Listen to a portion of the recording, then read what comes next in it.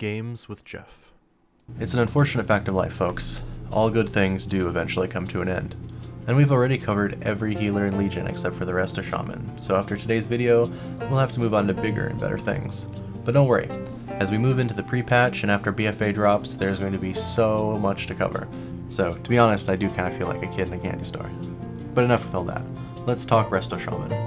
When it came to raids, Resto Shaman in Legion was one of the top tier healers, right after Holy Pally. On fights where the group was consistently stacked, think Mythic High Command, Resto Shaman was far and away the best healer. Versatile abilities like Spirit Link Totem were practically mandatory on certain fights, like Mythic Iminar during alternating bridge crossings. It brought a lot to the table, and after Holy Pally was definitely the most sought after healer in raids. But things weren't so great in 5-man dungeons. At higher keys, Resto Shaman participation fell off, along with priests and monk healers. A quick check on Raider.io shows Pallies and Druids representing the lion's share of healers invited to high keys. Heading into BFA, Resto Shamans want to both remain competitive in progression rating, while also boosting their viability in 5-mans. So how do things look in BFA right now? Well, there have been a few changes, both good and bad. Like all classes, Resto Shaman has lost his Legion artifact weapon.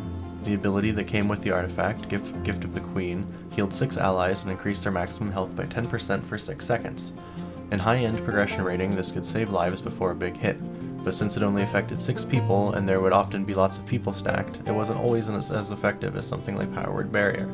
While it sucks to lose this ability, it's actually not as impactful as it might seem at first glance. We also lose out on some pretty snazzy passives from the artifact weapon.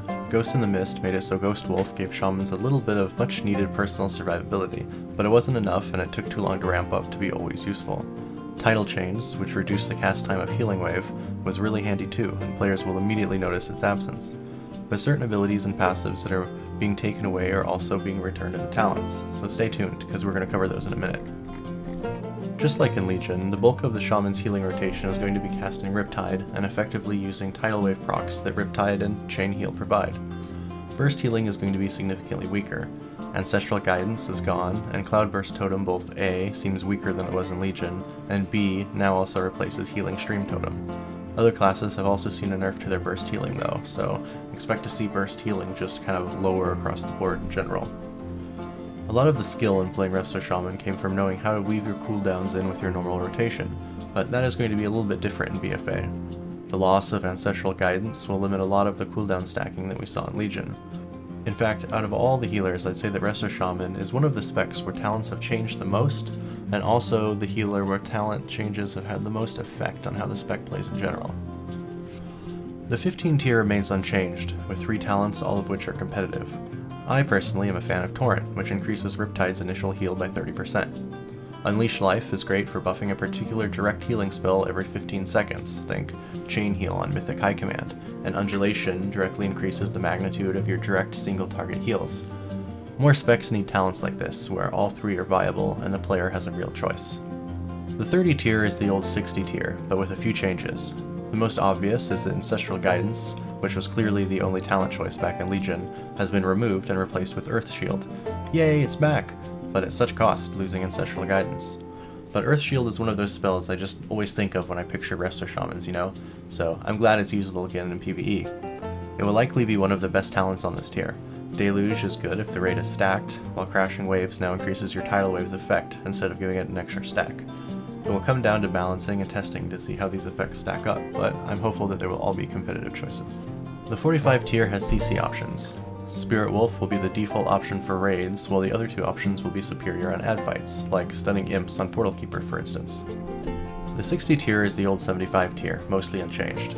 Experienced players who can predict a death will find great use with Ancestral Protection Totem, giving a free res to the group. Ancestral Vigor is really helpful in progression rating to avoid one-shot mechanics. The 75 tier now has all the movement abilities, and you'll notice that Gust of Wind has been removed. Yeah, sorry, I know it hurts. But it's being replaced by a talent that heals you when you take damage below 30% of your maximum health. Shamans suffer from a lack of strong mitigation, so this could be a pretty handy choice. Graceful Spirit is also really strong for fights where the shaman has to move regularly. On the 90 tier, Cloudburst Totem has been pretty severely nerfed, now replacing Healing Stream Totem. Echo of the Elements seems to me like the go-to talent on this tier now. An extra charge of Riptide, plus a chance to generate additional charges.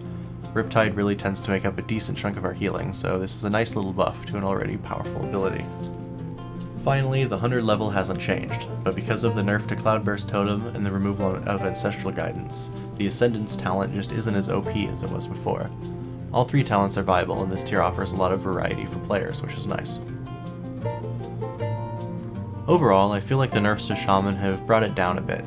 The loss of Ancestral Guidance and Cloudburst is going to be rough for folks who played a lot of Resto Shaman and Legion. On the other hand though, the inclusion of some extra survivability in the 75 tier should help alleviate a big problem for the spec. My hope is that overall these changes will allow more participation in Mythic Plus for Resto Shamans, and I think the added survivability is moving Resto Shaman in the right direction. I just hope it doesn't stop here, because Resto Shamans need a bit more to start getting invites to high-level Mythic Plus groups. Thank you so much for watching this video, folks. The channel is still only a few weeks old, so if you found this video to be helpful, please consider subscribing. It's a huge help and I'd really appreciate it. I also have a Patreon if you feel like you absolutely must donate something, but no pressure, fam. Thanks so much, folks. See you soon.